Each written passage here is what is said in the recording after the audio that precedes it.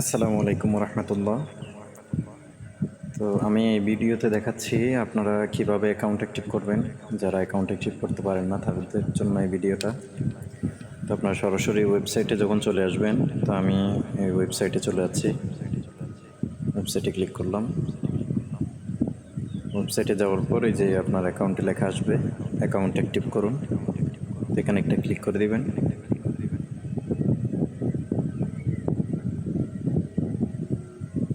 আচ্ছা,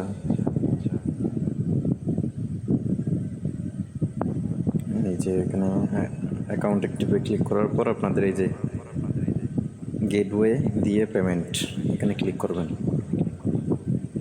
এখানে ক্লিক করার পর এই যে বন্ধন পে এখানে ক্লিক দিবেন।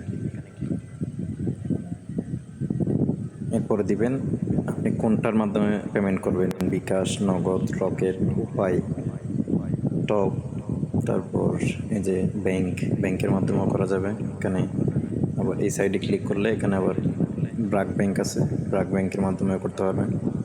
তো যেহেতু আপনারা বিকাশ নগদ দিয়ে বেশিরভাগ করবেন, তো বিকাশে ক্লিক করবেন।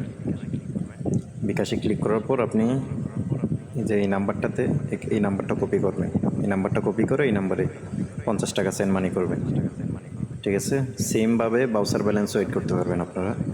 এই নাম্বারে 50 টাকা সেন্ড মানি করার পর সেন্ড মানির পরে একটা যে ট্রানজ্যাকশন আইডি লেখা থাকে মেসেজের মধ্যে, ওই ট্রানজ্যাকশন আইডিটা এখানে এনে বসাবেন। ট্রানজ্যাকশন আইডি বসানোর মিনিমাম 10 থেকে 15 সেকেন্ড পর আপনারা এই যে ভেরিফাইয়ে ক্লিক দিবেন। ঠিক আছে, মিনিমাম পেমেন্ট করার পর 10 সেকেন্ড বা 15 সেকেন্ড অপেক্ষা করবেন, এরপরে ভেরিফাইয়ে ক্লিক করবেন। তাহলে আপনাদের অ্যাকাউন্টটা অ্যাক্টিভ হয়ে যাবে। আশা করি বুঝতে পারছেন। তারপরেও যদি কোনো সমস্যা হয় আমাদেরকে অ্যাডমিনদেরকে ইনবক্সে নক করবেন।